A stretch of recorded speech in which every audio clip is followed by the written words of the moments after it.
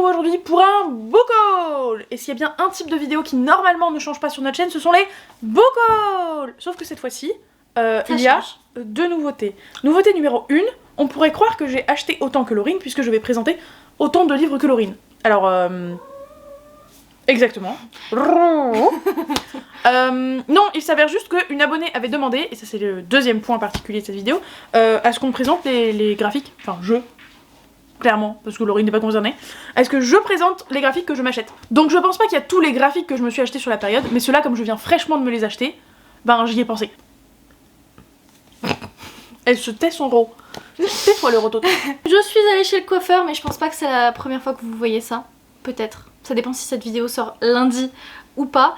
Mais voilà, j'ai tout coupé. Dites-moi ce que vous en pensez et j'accepte votre avis que s'il est positif.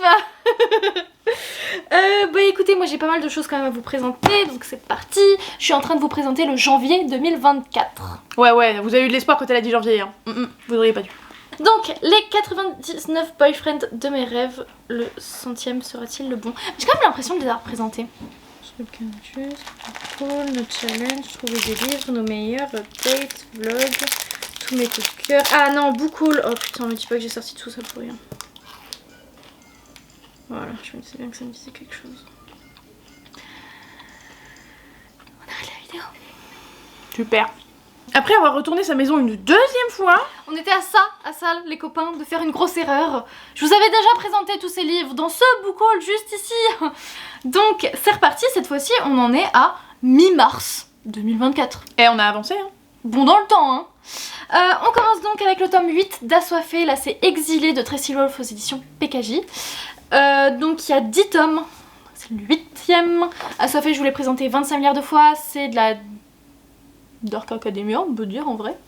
On est dans un lycée, c'est du young adulte avec des espèces surnaturelles et une nana qui est totalement en dehors de ça, qui débarque. Et il y a des amitiés, de la magie, de l'amour, il y a plein de choses. C'est trop cool, je vous ai déjà fait 25 milliards update lecture puisque je les ai tous lus. Update lecture, vlog, vraiment plein de trucs. C'était un service presse. Alors je voulais pas qu'elle le spécifie parce que j'allais juste faire une transition pour dire sur la lignée des ASP PKJ, on continue avec Concrete Rose d'Angie Thomas aux éditions PKJ, donc forcément c'est le préquel de The Hate You Give qui a été un énorme coup de cœur. Le coup de cœur était dû entre autres, pas que bien sûr, mais entre autres à la lecture audio. Je ne l'ai pas en audio celui-ci, je vais donc le lire en papier, mais j'ai très envie de le lire et je crois que c'est la dernière arrivée dans ma palle. Est-ce qu'il est déjà sorti? Il me semble. Oui, il est sorti depuis un moment maintenant. Il est sorti le 9 janvier, voyez-vous. Donc oui, il est déjà sorti. Mais je n'ai pas encore eu le temps, pris le temps de le lire. Et on suit Maverick qui, petit spoiler d'une vidéo qui sortira peut-être un jour parce qu'on n'a pas prévu de la tourner, donc c'est vous dire. C'est juste que j'ai noté dans un coin si besoin. Qui fait partie de mes personnages masculins préférés hors book boyfriend. Voilà, Maverick, donc le père de l'héroïne du tome d'après qui est le tome originel, enfin vous avez compris. Kirker, il est génial. Et du coup, bah, on est sur du contemporain où on suit un futur père de famille du coup, enfin on le sait, voilà. Et il est lycéen et il est dealer en plus du reste. Hey, bonne ambiance. Et on sait grâce forcément à The Hate You Give qu'il va faire de la prison. Joie et bonne ambiance. L'inconnu de l'ascenseur et moi de Sophie S. Pirucci aux éditions Addictive Poche.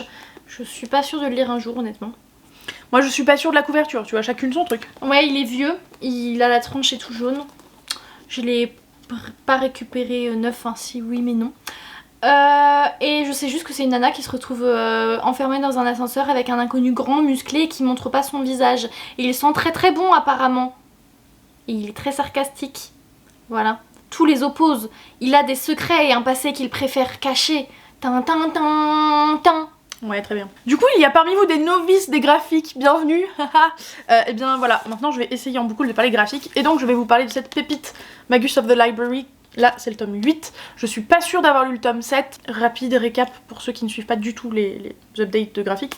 Je ne lis plus les tomes 1 à 1 quand ils sortent. Je les achète pour continuer de montrer que j'ai un intérêt pour la série. Mais je les lis plusieurs tomes par plusieurs tomes parce que mon petit cerveau ne retient pas ce qui se passe dans celui d'avant. Du coup, je suis obligée de lire celui d'avant plus celui-là.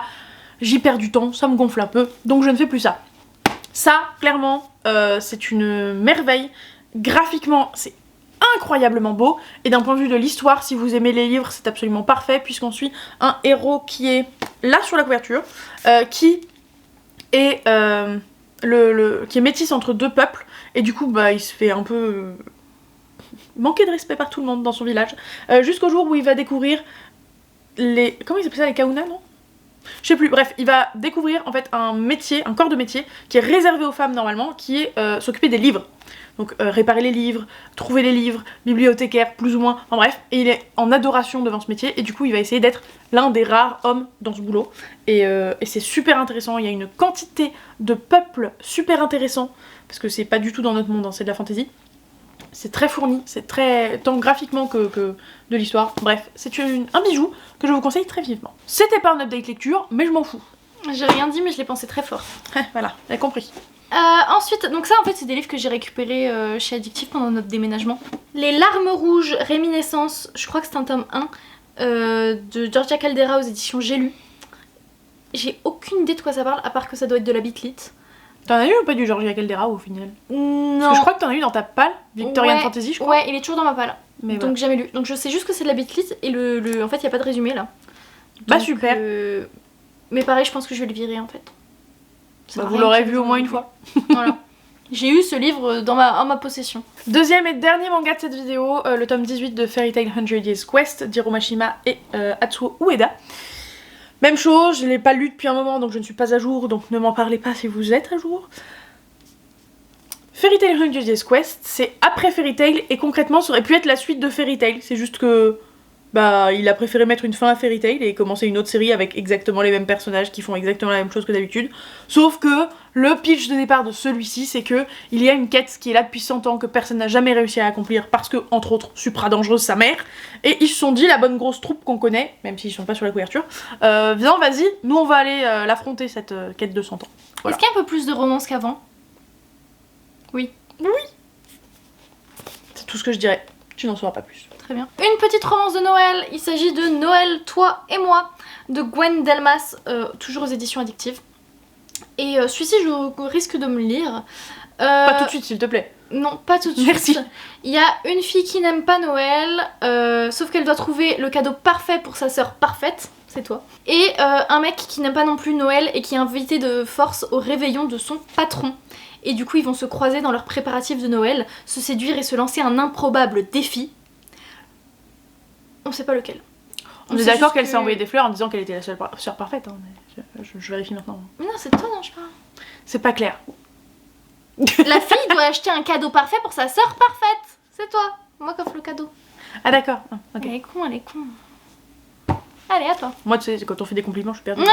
Trop bizarre. Comment ça, elle dit que je suis parfaite? Oulala, oulala. Ça n'a pas de sens, ça n'a pas de sens, ça n'a pas de sens. Je n'avais pas prévu de le présenter en book haul, mais je suis tombée dessus en cherchant désespérément dans mes cartons Where is mes bouquins que je viens de m'acheter. Enfin, que je me suis acheté avant de déménager, d'où le fait que je ne les trouve pas. Et j'étais en mode, mais lui, je l'ai pas écrit dans mon carnet de pal parce qu'en fait, quand je l'ai reçu en SP, tu l'avais déjà lu. Je l'avais déjà lu, donc il n'est pas passé par la case pal. La preuve en est, c'est une épreuve non corrigée, il n'a pas de jaspage. Comme le premier tome. Je me disais bien, ils ont pas fait de jaspage. Mais... Et non, ils ont fait un jaspage, c'est juste que moi je ne l'ai pas. Mais comme le premier tome c'est exclusif, ok, regardez, écrit épreuve non corrigée derrière. Je suis une VIP. Il paraît que pour les épreuves non corrigées, ils ont pas le droit de faire la même couverture que. Il paraît. J'entends ça. Écoute, c'est la même. Oui, mais il paraît qu'ils ont pas le droit. Gros banger, suite de Noblesse oblige, il y en a. Je connais une collègue qui a préféré au premier tome. Moi j'ai moins aimé que le premier tome, mais c'était quand même incroyable. Pitch du premier tome, Laurine. C'est toi qui fais. Oh là là. Ah si, tu l'as. C'est de la télé-réalité avec de la royauté. Sauf que c'est beaucoup plus sanglant et dystopique et guerre, etc. C'est la fin de ton pitch, ça? Rébellion, etc. À tes souhaits, du coup. Merci. Ce qu'elle a oublié surtout, c'est qu'on suit Gabrielle, qui est qui est anti-royaliste. Parce que, oui, ce que tu n'as pas dit, c'est que la Révolution française n'a pas abouti. Donc, il y a toujours effectivement de la royauté, mais on est en 2002, 2007 ou un truc du style, genre début des années 2000. Ah, c'est en France? Oui, tout à fait. Ah, je savais pas. Mais si, Micheline. Si. Et donc, Révolution française qui n'a pas abouti. Donc toujours royauté, et on suit Gabriel qui va rentrer dans Noblesse Oblige, qui est l'émission de télé-réalité, avec pour objectif de foutre la merde, et surtout de découvrir les petits secrets sombres, et surtout un secret sombre en particulier, qu'on lui a demandé d'élucider. Voilà, il y a un mystère à élucider. En plus de royauté, télé-réalité, un petit soupçon de romance par-ci par-là, du dark, tout ça. Et vous allez bientôt revoir ce premier tome, puisque pour le moment, c'est celui pour lequel vous avez le plus voté. Oh, je vous aime les gens, merci. Merci les gens, quelle décision brillante. Je me suis demandé si tu n'avais pas envoyé quelques messages. Non, je vous jure, j'ai rien fait. J'allais le faire, auprès de mes collègues par exemple, tu m'en as qui l'ont parlé. lu et adoré. Mais je ne l'ai pas fait. Donc merci les gens, je vous kiffe. Bah, si c'est pas le premier lu, ce sera le deuxième. Il a vraiment beaucoup de votes, du coup, dans Est-ce qu'il y a tant d'avance que ça? Pas beaucoup d'avance. Ah, mince. Mais Votez les gens, votez. ce sera le premier ou le deuxième. Donc, On vous remet les liens, que ce soit pour elle ou pour moi, en barre d'infos là. donc Votez, vous Noblesse choisissez Oblige. nos lectures d'avril. Et franchement, même les gens qui l'ont moyennement aimé, votez pour quand même. Je sais qu'il y en a un ou deux. Calme. Mais non, mais c'est un banger. J'ai juste peur que t'aies trop d'attentes et que du coup, Bah tu l'aimes moins que prévu. Fais gaffe. L'héritier insoumis, donc le tome 3 de... Putain, il est énorme.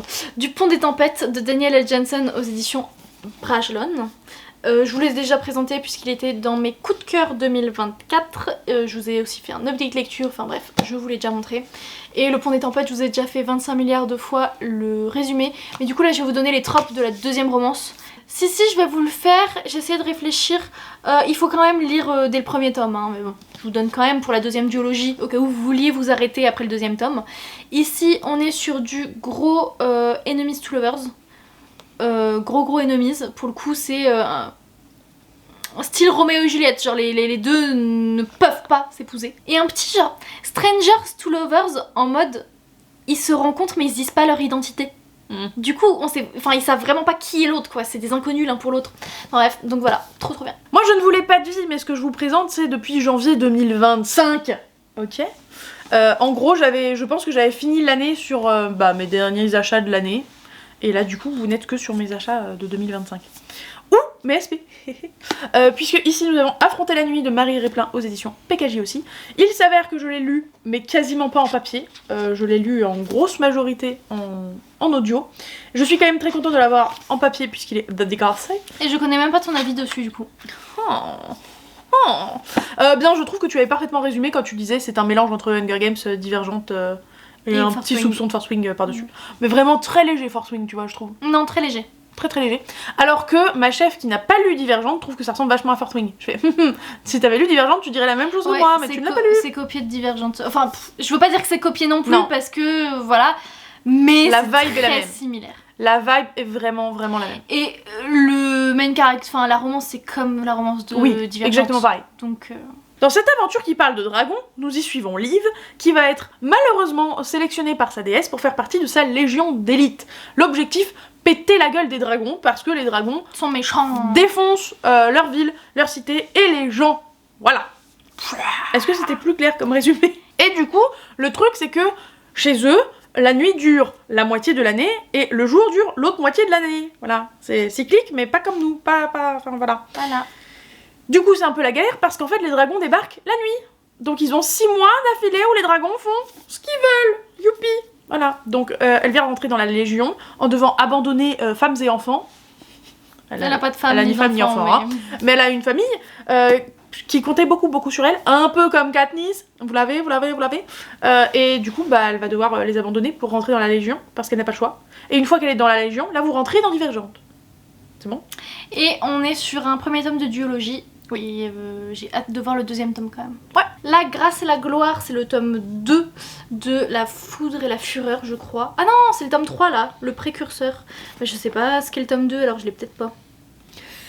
De toute façon, elle comptait pas le lire maintenant, donc c'est pas une grosse perte. Ok, donc la saga s'appelle le précurseur. Le tome 1, c'est La foudre et la fureur. Le tome 2, La rage et la ruine, que je ne crois pas avoir.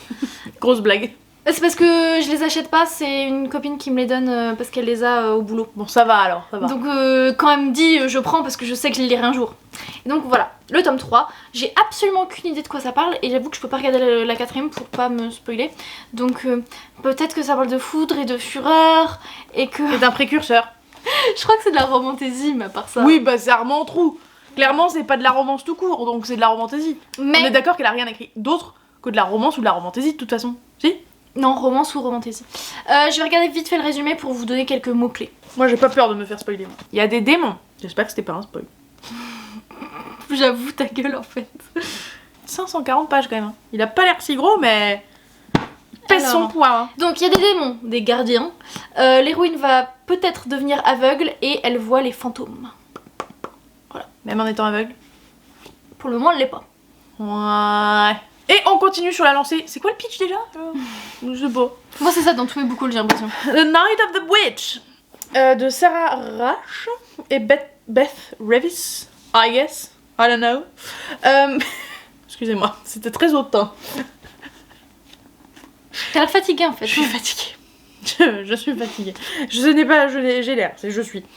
Aux éditions Nathan, ceci est une épreuve non corrigée. Croque-mou. Je suis devenue blanche, j'ai vieilli. Et humaine, bon, accessoirement. Et t'as les cheveux bleus, qu'est-ce que t'as foutu? J'ai trébuché. Dans le pot de peinture. Tout à fait, mais juste la tête. Hop là. Je nous fatigue. À force, vous connaissez mon système de je peux me procurer un livre quand j'en ai lu 2, ok? Il y a un moment, je t'en mode, il y a de la marge, regarde, je peux m'en prendre 2 en même temps si je veux, poids. Je t'ai refaite. Et je t'en mode, en plus, dans les livres qui sortent bientôt, il y a rien qui m'intéresse et tout. Vas-y, je peux prendre ce que je veux. Je me sens mal.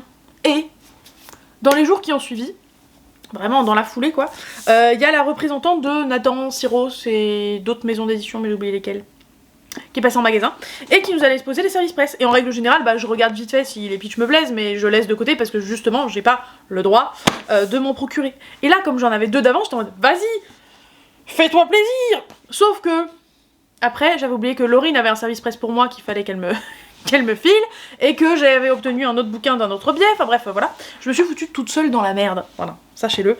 Surtout que j'ai bientôt, comme l'année dernière, l'espèce de réunion sur Paris avec PKJ, Slalom, 404, Grunt, enfin plein de maisons d'édition qui vont me filer très probablement et je vais les prendre avec plaisir, plein de SP, mais du coup, là je n'ai aucun droit, normalement là maintenant, à l'instant T tout de suite, je n'ai absolument pas le droit de prendre le quelconque livre. Il va falloir lire. La formation c'est dans 2 semaines. Yes, oui dans la merde. Parce que d'ici à 2 semaines, j'aurai max lu 2 romans de ma palle. Voilà. On est dans la merde. Bref, pour revenir à nos moutons, du coup, j'aurais mieux fait de pas le prendre. Mais le pitch, tout ce dont je me rappelle, c'est que le pitch est un copier-coller de Heartless Hunter. Ah, qui a été ton top 1 l'année Qui a dernière. été mon top 1 de l'année dernière. Alors évidemment, je n'ai pas autant d'espoir dessus que Heartless Hunter, ça serait quand même comique, improbable, dites ça comme vous voulez. Mais ça m'a tellement plu que je me suis dit, vas-y, pourquoi pas, pour pallier à ton attente désespérée du tome 2, tu peux lire un livre dont le synopsis est le même. Donc à ceux qui n'auraient pas Heartless Hunter, vite fait, en gros, plus grand chasseur de sorcières de tous les temps contre une sorcière qui sauve les miches des autres sorcières. Voilà, et c'est tout ce dont je me rappelle du pitch général de ce truc. The American Roommate Experiment d'Hélène A. Armas, c'est Elena, chez J'ai lu. D'ailleurs son prochain roman sort dans une semaine je crois. Ah oui. Ouais, j'ai hâte. Là c'est un spin-off de The Spanish Love Deception. On suit la meilleure amie et le cousin de l'héroïne du tome 1. D'ailleurs si je peux me permettre, de ce que j'ai compris, Spanish Love Deception pourrait beaucoup me plaire. Pourquoi? Je sais pas, j'ai retenu que potentiellement il était susceptible de me plaire. Voilà, je trouve que ce tome-ci est bien meilleur que The Spanish Love Deception, parce que The Spanish Love Deception, c'est peut-être un book boyfriend, mais l'héroïne est très agaçante. Ah. Genre vraiment, je sais que Juliette, ma meilleure amie, l'a lu et qu'elle lui a fait péter des câbles. Et il est un peu long à démarrer, sachant que The Spanish Love Deception, j'arrive plus à le dire. The Spanish SLP, Love Deception. The SLD. En gros, ça parle d'une nana qui va faire un fake dating avec son collègue de travail où ils se détestent, et du coup l'emmener au mariage où elle sait qu'elle verra son ex, mariage de quelqu'un de sa famille, je crois. Et en fait, le mariage c'est au bout de 200-250 pages, alors que c'est le truc de base. Donc, je comprends que ce soit long et en plus l'héroïne est agaçante. Voilà. Mais le mec, c'est un vrai book boyfriend. Ici, du coup, on est sur une coloc avec un Strangers to Lovers, puisque les héros du tome 1 ne sont pas là, et l'héroïne a son plafond qui s'écroule chez elle. Du coup, c'est sympa ça. Voilà. pas ouf. J'ai cru que t'avais parlé de plafond financier, moi, mais... Non, mais du coup elle squatte chez eux pendant qu'ils sont pas là. Sauf que le cousin il comptait faire pareil, lui qui est en voyage et je crois qu'il bouge beaucoup. Et du coup ils se retrouvent à deux dans un genre studio, un truc comme ça. C'est pas trop la place les gars. Et au final ils réfléchissent en mode qui part et au final ils décident de rester ensemble. Ouais. Sachant que elle est autrice de romance et qu'elle n'a plus du tout l'inspiration. Et en gros il lui propose de faire des dates pour lui redonner l'inspiration d'écrire. Et lui c'est vraiment un green flag. Mon dernier coup de cœur en date, il s'agit de Peau d'âme, qui est Trop beau. divinement beau. C'est-à-dire que le Jaspa, j'ai pas si sophistiqué que ça, mais je trouve qu'il claque. Très harmonieux. Je trouve qu'il est harmonieux avec le livre, il rend bien, il est beau, on l'aime. Ceci n'est pas un update lecture, donc ça va être très dur de ne pas l'encenser pendant 10 minutes à lui tout seul. Vous êtes sur une réécriture de Peau d'âne, alors que le livre s'appelle Peau d'âme. C'est fait exprès, mais il y a beaucoup de gens qui ne voient pas la différence tellement je parle vite. Donc je l'ai insisté, ok. Ça c'est le premier tome, donc Les Lilas du Roi, d'Aude Ziegelmeyer aux éditions Gulfstream, que j'ai lu sur NetGalouille et qu'ensuite je me suis acheté la box parce que vraiment j'ai trop aimé et parce qu'il y a des petits goodies dans la box. J'ai d'ailleurs mangé les pièces en chocolat pas plus tard que tout à l'heure. Dis donc vous êtes très intime avec NetGalouille. Ouais, Dis donc... écoute... c'est bon. Voilà, exactement. Sachez que l'intérieur a été illustré par l'autrice elle-même, donc cœur sur l'autrice. Bon, je trouve pas d'autres illus, mais il y a des illus incroyables dedans. Donc réécriture de Peau d'âne, disais-je, mais ce qui est fabuleux, et promis après j'arrête avec mon pitch qui n'en est pas un, vous aurez bien compris, c'est mon avis plus qu'autre chose. On est suffisamment proche du conte pour qu'on sache vite fait où on va, mais on en est suffisamment loin pour que ça soit captivant en fait. Parce que bon, si c'est juste pour nous raconter le conte, ça on connaît, on est à la base. Mais vous inquiétez pas, il y a toujours l'âne qui chie de l'or, le roi qui veut épouser sa fille, c'est dégueulasse, enfin voilà. On a, mais vous avez un lore autour incroyable, des personnages incroyables, et surtout, moi je savais que c'était une romantasy. À l'heure où j'en suis, je crois qu'ils se sont peut-être embrassés, mais je suis même pas sûre. Ah donc c'est un tome 1. C'est un tome 1, tout à fait. Et moi je croyais innocemment au début que c'était un tome 1, et après on suivait un autre conte, une autre romance après, parce que c'est souvent le cas, en vrai, dans les réécritures de contes ou dans la romantasy. Que nenni, mon ami. J'ai fini, j'étais en mode... C'est la fin ça. Mais c'est pas la fin de l'histoire, moi, je voulais une fin d'histoire, moi. Donnez-moi la fin. Voilà. Mais je suis confuse. Je veux la suite, s'il vous plaît. Moi, je vais vous parler de Jeux interdits, d'Emma Green, aux éditions Addictive, exactement. Magie du cinéma. Là, on est sur une romance. C'est une série de 4 tomes, mais en vrai, c'est une duologie. Et après, je sais pas si c'est une duologie ou chaque tome, voilà. Donc, premier tome de la duologie, où en gros, c'est un... Je sais pas si c'est un enemies to lovers, mais en tout cas c'est une romance entre demi-frères, demi-sœurs qui du coup habitent nouvellement ensemble. On est sur une romance un peu type été, même si ça se passe sur 1 an je crois chaque tome. Enfin en tout cas les 2 premiers, j'ai lu que les 2 premiers. On avait bien compris ça. C'est vrai. Et puis ouais, je me souviens pas de tous les détails mais j'avais vraiment beaucoup aimé. Pour moi c'était une très bonne saga d'Emma Green. Moi je trouve qu'au niveau du pitch ça fait fortement penser à 10 000, mais j'imagine que... Oui ça faisait un peu la même vibe que 10 000. Ah bah là, voilà. Pas aucun rapport alors. Et on va passer à la dernière partie de mon book haul, c'est-à-dire les BD. On commence avec celle-ci que j'ai lue il y a quelques jours. Ah, on voit mieux comme ça. J'adore les dessins. Oh, c'est trop joli les gars. Ah mais je crois que j'aime bien le Lombard. Ah le Lombard banger. Hein. C'est un peu les mêmes dessins que elle, je trouve. Ouais. Et moi c'est vraiment mes formes préférées. Trop. Oh, j'ai failli me prendre un coin de BD dans la gueule. Ah non, tout est loin. Oui, c'est ça. Donc, Elsbeth et la malédiction du beau silence de Tristan Rouleau et Sarah Conradsen, j'imagine. Aux éditions Le Lombard, on l'a dit. Je réitère ce que vient de dire Laurine et ce que moi je dis en update lecture régulièrement. Le Lombard, je me pose plus trop de questions. Dès lors que je vois le Lombard et que j'aime bien le graphisme, je suis en mode allez, je prends, tu pars avec moi. Parce que vraiment tout ce qui sort jusque là, j'aime trop. Et donc là, on est dans un univers de fantasy où les garçons et les hommes n'ont pas de parole. Genre, il y a eu une malédiction qui a été jetée sur tout le royaume. Je sais plus si on sait pourquoi au début. Et qui fait que les hommes ne peuvent pas parler. Ils ont tous une espèce de pancarte sur le torse en fait, ou sur lequel ils écrivent quand ils ont besoin de dire un truc, mais c'est à peu près tout. Voilà, c'est un petit peu curieux. Oui, non, il y a que des femmes sur la couverture, donc on voit pas les pancartes. Oui, c'est 3 femmes. D'accord. Enfin, c'est 3 personnes qui ont une voix, alors j'imagine que ce sont 3 femmes. Mais on voit un petit bout de la pancarte du monsieur derrière, mais vous ne verrez rien. J'ai adoré les dessins, j'ai beaucoup aimé l'histoire, il se passe pas grand chose non plus, mais c'est un tome 1, donc je vais donner une chance jusqu'au 2e tome.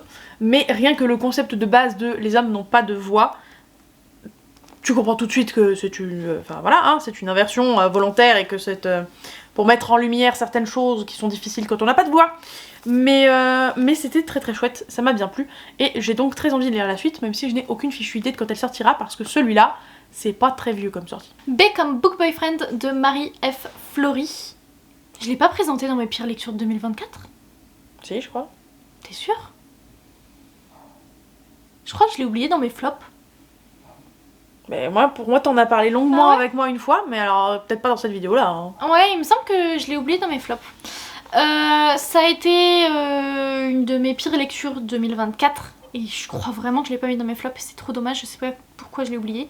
On est sur une romance chez Hachette, mais en new adulte, puisque ça se passe à l'université, c'est une fille qui arrive, et en gros... Dans nos rayons, elle est en young adulte, hein. Je suis désolée, je t'interromps 2 secondes, mais... Et ben, parce que c'est Hachette, mais c'est du new adulte. D'accord. Et même une scène de sexe. Ouh là là. Et ouais...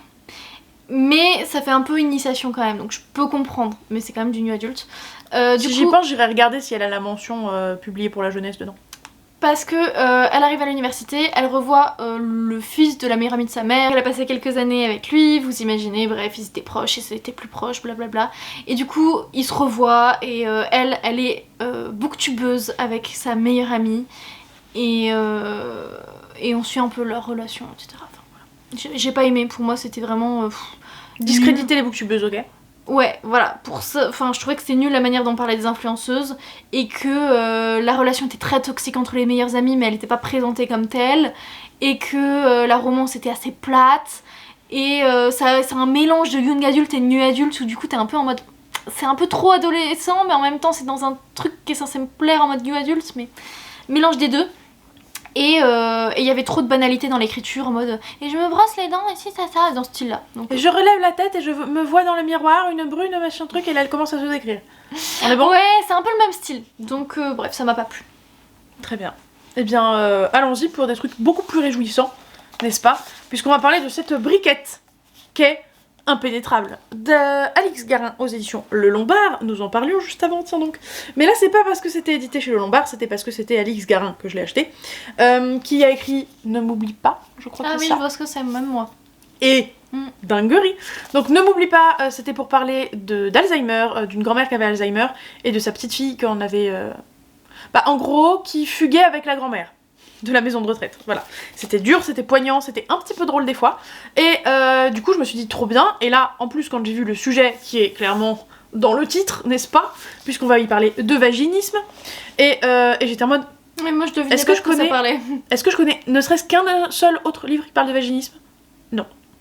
Donc entre l'autrice, la thématique rare, la maison d'édition... Combo gagnant! Hop là! Donc je l'ai acheté quand j'ai enfin pu le faire, parce que ma restriction d'achat ne compte pas sur les BD et les mangas. Mais pour le coup, je voulais pas acheter un bouquin pour avoir à le déménager dans la foulée. Donc j'ai dû me retenir pendant un certain temps d'acheter des trucs, c'était pas facile, ok? C'était difficile. Bref, il est parfait ce livre. Il a été magnifiquement à hauteur de ce que j'attendais de lui. Il était beau. Voilà, c'est tout. Donc je vous invite fortement à le lire, si c'est un sujet qui vous concerne ou vous intéresse, de près ou de loin. Attendez les gens, j'ai posé la BD mais je n'ai pas dit. C'est la vraie histoire de l'autrice. C'est pas juste j'en parle. C'est vraiment, enfin... Je trouve ça demande une force. Déjà sur Alzheimer, c'était vraiment basé sur sa grand-mère, mais elle avait un peu extrapolé, fait une... Enfin, c'était pas elle le personnage principal, si je dis pas de bêtises, enfin voilà. Là vraiment, c'est elle. C'est elle, c'est comme elle a vécu son vaginisme, avec son conjoint. Bref. Voilà, donc je trouve ça d'une force incroyable. Dans mes meilleures, cette fois-ci, lectures de l'année, je vous avais présenté Check and Mate d'Ali Hazelwood aux éditions Gallimard Jeunesse, puisqu'on est sur son seul young adulte. Là, on est sur une romance avec 2 joueurs d'échecs. Elle joue aux échecs, mais elle a arrêté il y a quelques années, je crois, à la mort de son père. Et là, pour en gros aider sa meilleure amie, elle joue dans le petit sort de club du parc de sa ville. Sauf que elle gagne puisqu'elle était ancienne championne, pas du monde mais bref elle avait gagné quelques petites compétitions quoi. Et du coup elle gagne, sauf qu'elle apprend après qu'elle a gagné contre le champion du monde. Oupsie. Qui était là, on sait pas pourquoi mais il était là. Et bref du coup elle se fait alpaguer pour rentrer dans une sorte de formation. De secte. Non. De formation pour personnes qui veulent devenir professionnelles là-dedans et qui sont rémunérées en fait en apprenant toujours plus à jouer, etc. pour après faire les concours pour une sorte de club, pour leur apporter de l'argent, je sais pas. En gros, c'est un peu comme le PSG ou des trucs comme ça, hein, c'est un club. La comparaison avec le PSG tout de suite. Elle aurait pu dire club de foot. Non, le PSG. Précisément le PSG. Oui, c'est comme le PSG. Bref. Et donc, au final, elle va devoir rejouer avec lui. Donc, il y a une petite romance. Délectable, manifestement. Très bien. Ça manque un chouïa de romance, mais j'adore quand même. Parce que elle, de base, elle ne voulait pas rejouer aux échecs. Elle voulait, mais elle avait besoin d'argent pour sa famille et tout. Alors attention, celui-ci ça va être absolument express, puisque c'est la couverture qui m'a eu, et je ne l'ai pas encore lu. Donc ça va aller très très vite. La princesse d'Hazelwood, une légende irlandaise, aventurier d'ailleurs, d'Ariana Calabretta. Et je ne sais pas quelle maison d'édition c'est, parce que tu vois, ce logo je ne connais pas. Et c'est pas écrit, en fait. Même à l'intérieur. À moins que ce soit la maison d'édition, aventurier d'ailleurs. Ah, il y a moyen. Bah oui. Bah ouais, j'ai l'impression, ouais. Non, mais c'est sûr, c'est ça. Donc entre la patte graphique que je trouve géniale, les couleurs qui sont magnifiques, et le fait que ce soit une légende irlandaise, tout simplement, je me dis, vas-y, let's go. Donc je ne l'ai pas encore lu, c'est une lecture jeunesse, mais elle me fait déjà très envie. 3. Oui, ok, d'accord, c'est parce que je les avais pas en physique, je les avais oubliés.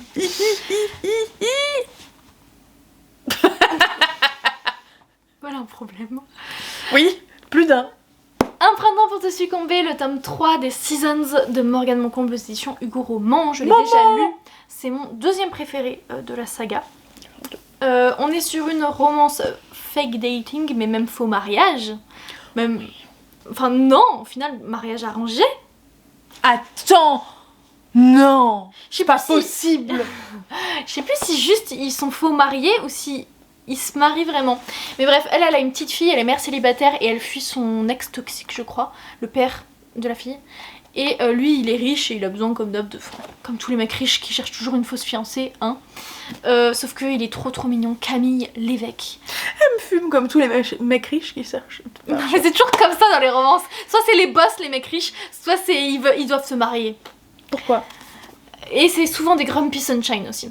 Oui. Mais là, c'est un vrai book boyfriend qui est trop mignon et qui va tout faire pour l'aider. Et il est trop choubidou et j'ai adoré cette romance.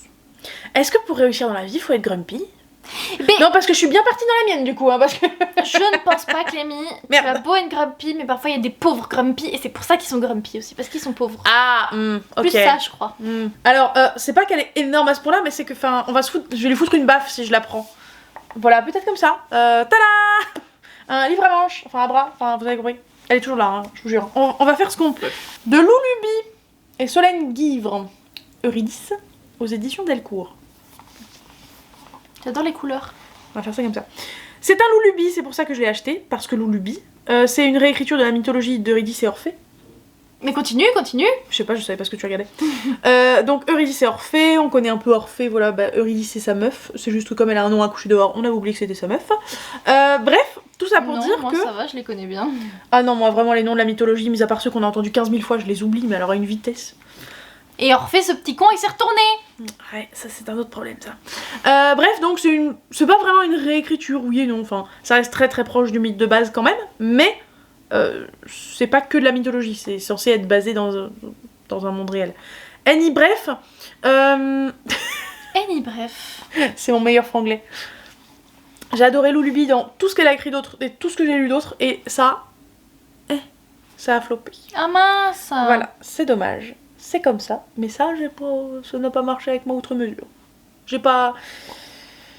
Pour moi, une réécriture de conte, de conte ou de mythe, hein, c'est censé être un peu plus. Enfin, c'est censé changer du truc de base, et là, ça a changé pas trop du truc de base. La ronde des saisons 1 et 2. Ah, qui a mis une belle fessée quand même. Oui, elle a bien claqué, hein. Ah là, non. Non. Bref, de Lisa qui les passe. Donc on est sur les tomes 1 et 2, et comme d'hab, avec cette collection là, avec de... J'ai un morceau de poussière. C'est Mamie Romance, j'imagine? Non. Quoi? Je l'ai eu, pareil, un peu gratuitement par les filles qui travaillent dans l'édition. Mais mamie, qu'est-ce que t'as fait? Mais du coup, alors j'espère que je vais prêter, j'ai un petit doute. Donc là, pareil, on est sur de la romance avec, comme d'hab... historique, tout ça. Ouais, une fille qui pense avoir le choix, mais elle a pas de dot. Et du coup, le seul moyen pour elle de sauver sa famille, c'est d'épouser un homme riche. Évidemment. Sauf qu'elle a un admirateur, un entrepreneur séduisant et ambitieux qui veut faire d'elle sa maîtresse. Wow. Shocking! Il y a écrit shocking, hein. La vie de ma mère. Vraiment? Oui, il y a écrit shocking. Voilà.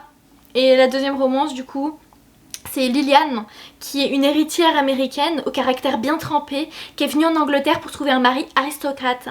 Las, aucun homme ne semble apprécier la volonté farouche de cette beauté obstinée, hein. Sauf peut-être le puissant et arrogant comte de Westcliff, un homme que Liliane méprise plus que quiconque. Alors tu l'as pas tenu tout du long, mais la voix était plutôt pas mal au début. Merci. Alors je croyais que j'en avais fini, mais j'avais oublié que je n'avais pas trouvé 3 d'entre eux chez moi.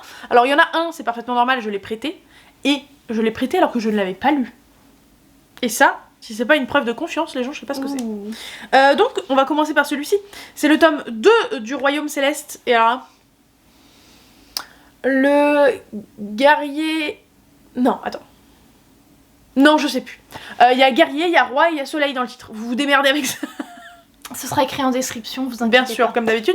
Mais c'est parce que c'est la fille de la déesse de la lune. Enfin, la suite de la fille de la déesse de la lune. Donc le nom était déjà accouché dehors. Ils ont gardé la charte pour le suivant, voyez-vous.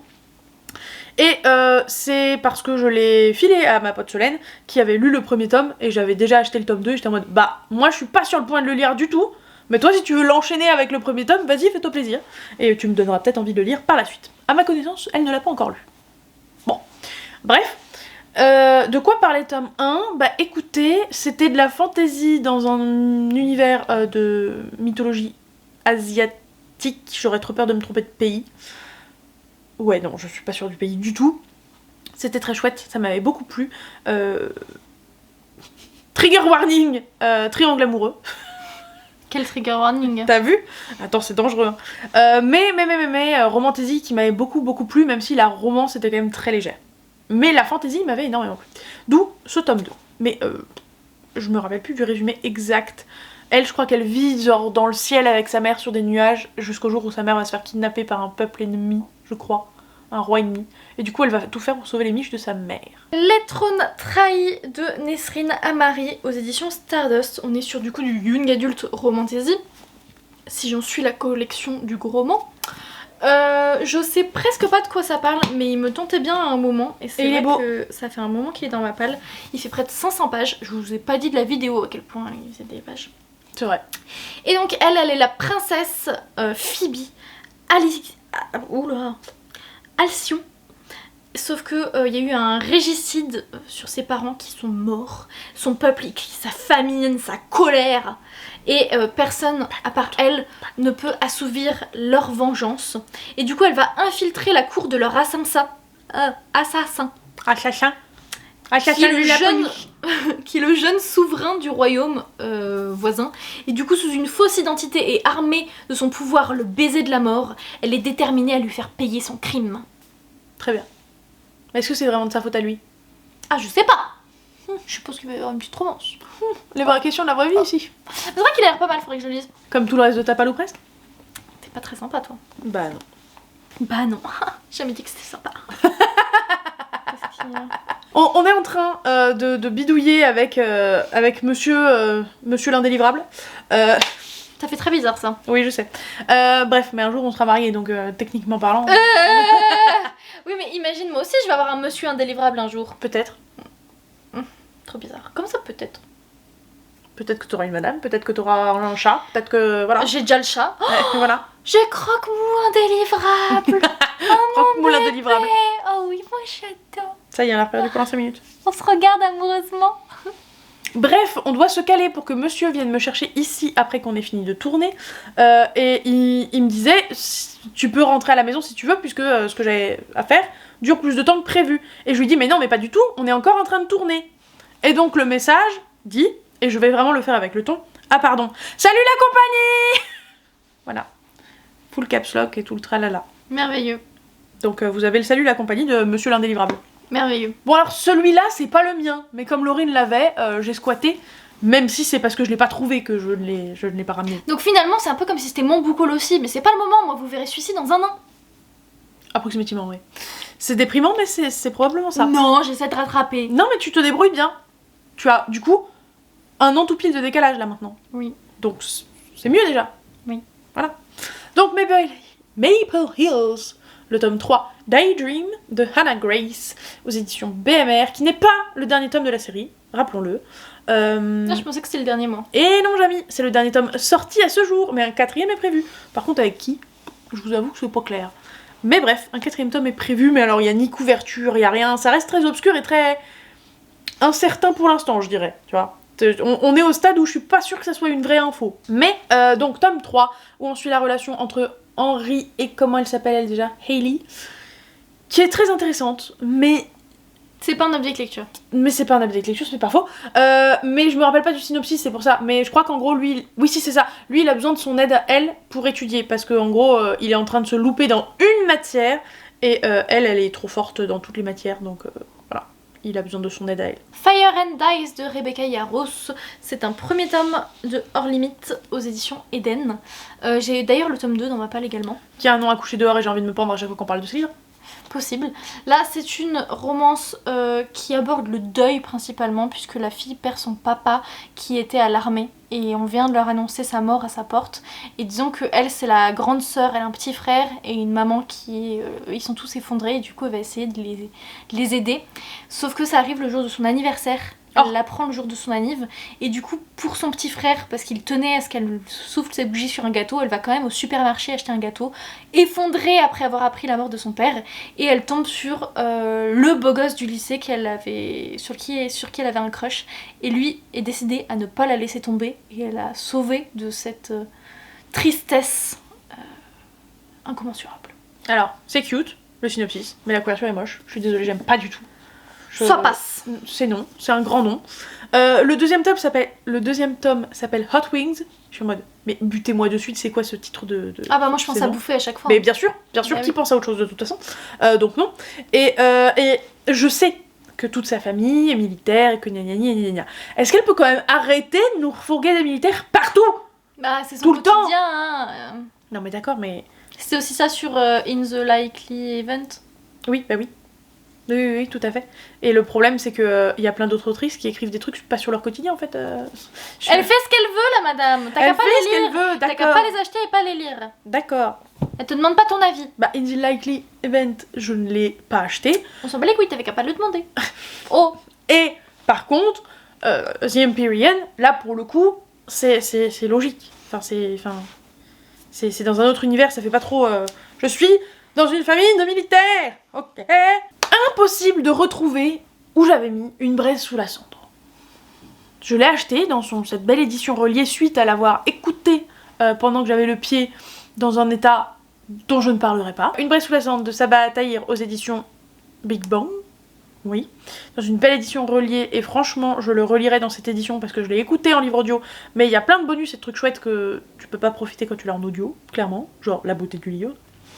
Donc, pour le pitch, on suit deux personnes, Elias, et j'ai plus son prénom à la meuf, qui sont dans deux peuples opposés, deux peuples qui se font la guéguerre. C'est le peuple de Monsieur qui fout la misère au peuple de Madame, les érudits et les martiaux donc. Et d'une part, on le suit lui alors qu'il aimerait bien fuir son peuple, et il se retrouve embrigadé dans un tournoi dans lequel il n'avait pas envie de rentrer.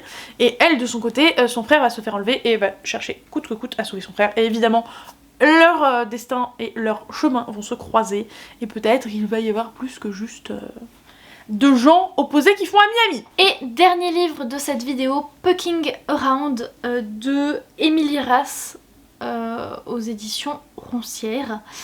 Je sais pas grand chose sur ce bouquin, mais je sais que ça parle de hockey. Je sais que il y a une orgie. Allez. Je sais que c'est un harem inversé dans de la romance contemporaine. Ce qui est surprenant. Ce qui est surprenant. Enfin, il me semble que c'est un harem. Peut-être que c'est juste ils sont en couple à 10. Mais voilà. Il est très cru, je crois, niveau sexe. Et il est très gros aussi comme bouquin. Donc c'est à peu près tout ce que je sais. Il ne me fait pas super envie parce que je savais pas que c'était aussi sexuel et aussi harem inversé, sachant que je pense ne pas aimer ça. Sinon je l'aurais pas acheté. Mais c'était fait, donc... Et le chat, pareil, quand on parle de Minou. Très surprenant. Oh, génial. Dites bonjour à Croque-Mou. Bonjour, Croque-Mou. Oh oui, mon bébé. Tu pleurniches, Croque-Mou. Oui, t'as pleuré mon cœur. Parce que... Oh oui, Tata, elle est méchante.